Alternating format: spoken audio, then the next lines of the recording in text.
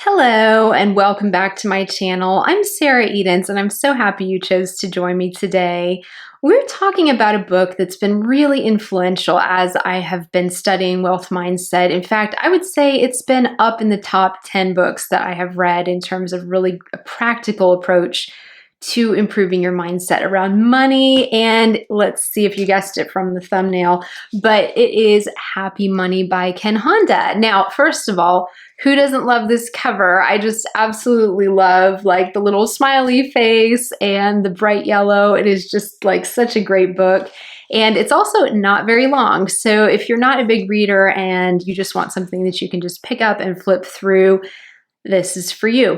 So Ken Honda he's Japan's best-selling Zen millionaire. He's got a really interesting backstory. His father was in finance, and so he would work in his father's office from a young age and got to know a lot of his clients and was just able to really kind of be able to observe all of these wealthy people and their mindset around money and also just really was able to draw some great conclusions about how to have kind of a more harmonious relationship with money.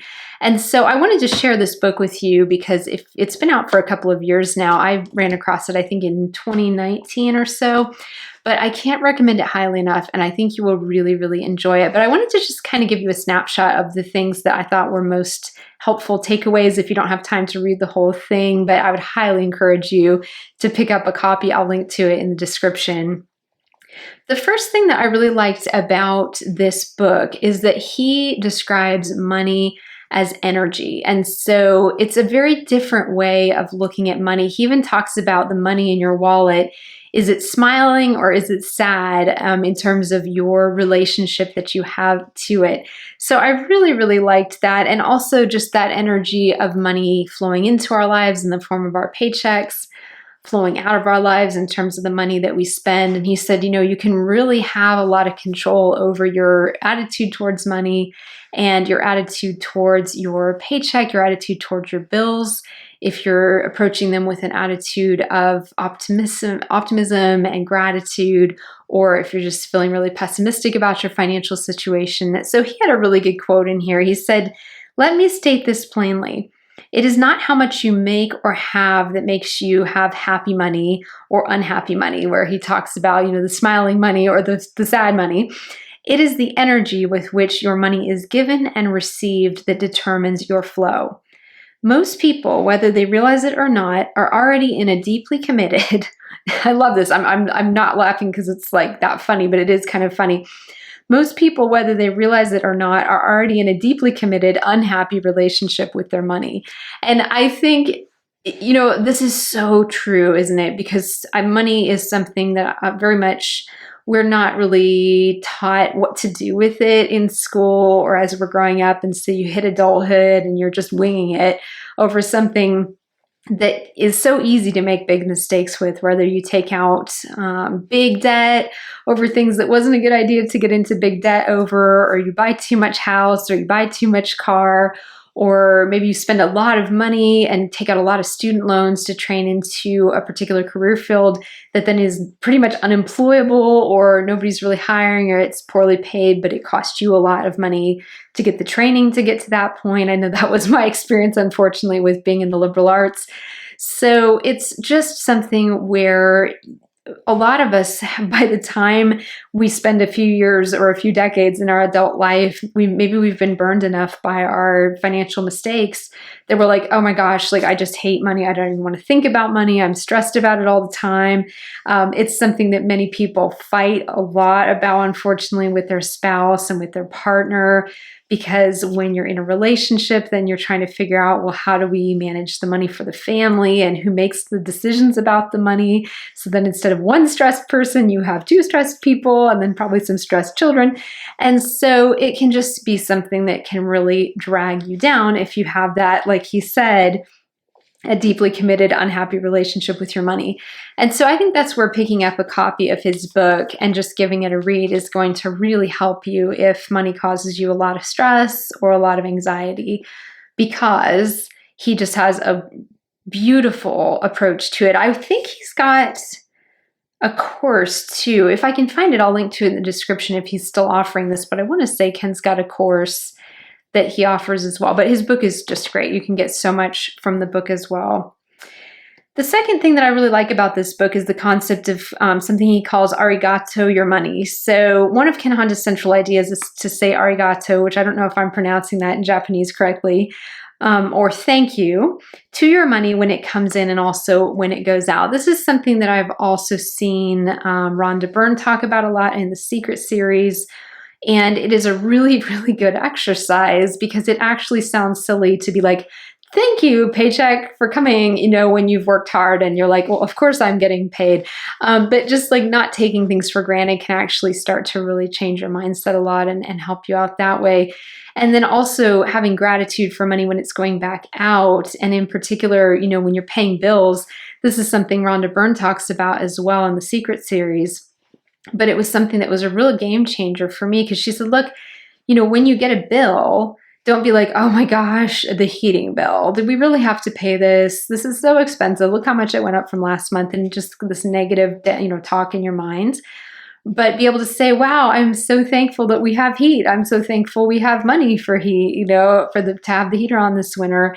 Or the air conditioning on in the summer, depending on the time of year. Like, I'm so grateful for that blessing. And so I'm so happy to be able to just write this check or, pay with my credit card or send the bank draft or however you pay your bills and have this kind of joy in your heart and remember like what a blessing it is to be able to have central heating and all the modern comforts and conveniences that we live with. And that's really changed my perspective a lot. And I thought that was interesting that Ken talks about that too.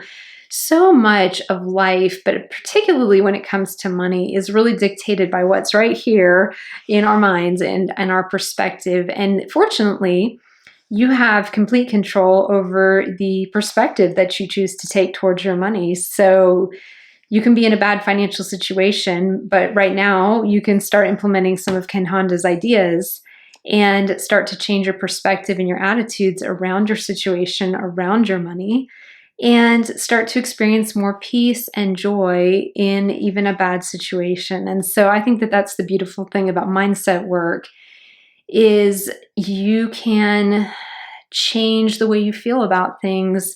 And then the way you feel about things, if that's improving, is going to change the decisions that you make. And it'll change your perspective on life. It'll help you have better mental health if you're in a bad situation. It might encourage you to reach out for help if you need it. And it'll help you just keep moving forward, maybe through a difficult time. So anyway, that is just the beautiful thing about being able to have that complete control over our mindsets about anything, but especially about money. The third thing I really liked about Happy Money is overcoming our money blocks. So Ken Honda discusses the concept of money blocks, which are basically like deep-seated beliefs that we have around money that can really get in our way from having a good experience and a good relationship with money. So he goes into that more in the book as well. But being able to kind of work through those, whether those were money blocks maybe your parents had or ones you've experienced, where you just get really stuck in certain areas of your finances, and then being able to work through those and again, improve your relationship with money. There's a couple more. Okay, and then also balancing money and happiness was the fourth thing. So Ken does not equate happiness solely with wealth, which is something that I also feel strongly about, because how many wealthy people do you see out there like all day long who are clearly unhappy? They have lots of money, they have every advantage in the world, and they're kind of miserable. So it's definitely true that being rich is not going to make you happy. But he suggests that true contentment comes from finding balance, and that involves understanding making you truly happy and not just pursuing money for its own sake. So that is another piece of having a really truly harmonious relationship with money and wealth, is not expecting that when you have a certain amount in your bank account that you're going to be happy all of a sudden, or all your problems will be solved, or every last worry you've ever had will go away. That's not how it works. And so finding contentment where you are, even if your goal is to continue to build your wealth, obviously, is like a really key thing. And just not leaning on your money to bring you happiness, because that can be just kind of a never-ending vicious cycle if you do that. And then fifthly, he talks about generosity and keeping money in circulation, which is another really key thing that is very important to me as well. You hear me talk about this a lot on my channel about how important it is to be generous with our money. And again, it kind of comes back to the idea of money as energy and keeping that flow of money kind of coming into our lives and then going back out of our lives in positive ways, and finding ways that you can help and support people in your lives, charity in your life who are really meaningful for you that way.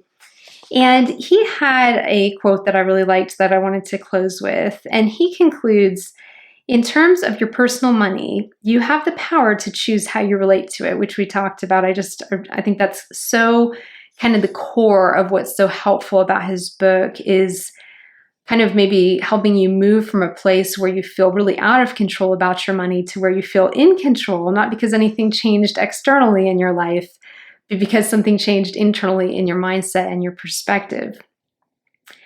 So he says, in terms of your personal money, you have the power to choose how you relate to it. You can have a lot of money, or you can have a little.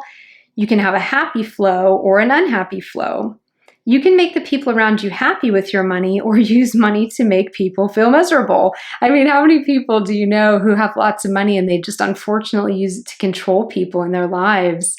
And nobody likes them very much because it's like, yeah, they've got money, but they're just so controlling with it that like nobody likes them that much. Okay. You can choose to take a risk to set your aim towards your favorite things, or you can choose to try to avoid risk, to stay safe, to cling to what you have and what you know. But whichever outlook you choose, you will find it reflected back to you.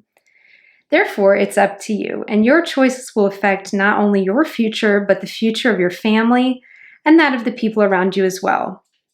If you are happy with money and life, you can expand the conditions of happiness to those around you. In order for you to expand, you have to begin with the limits of your own being. That is, you have to have a good relationship with your money and to create the flow of happy money in the areas you are responsible for. So that's just something that is like so helpful and so optimistic. And again, this book, just a great little read, doesn't take very long, but I think it will really help you and really improve your perspective on your finances and on your relationship with money. So I can't recommend that you check this out highly enough. Well, thank you so much for joining me for today's video, and I will see you again soon in the next one.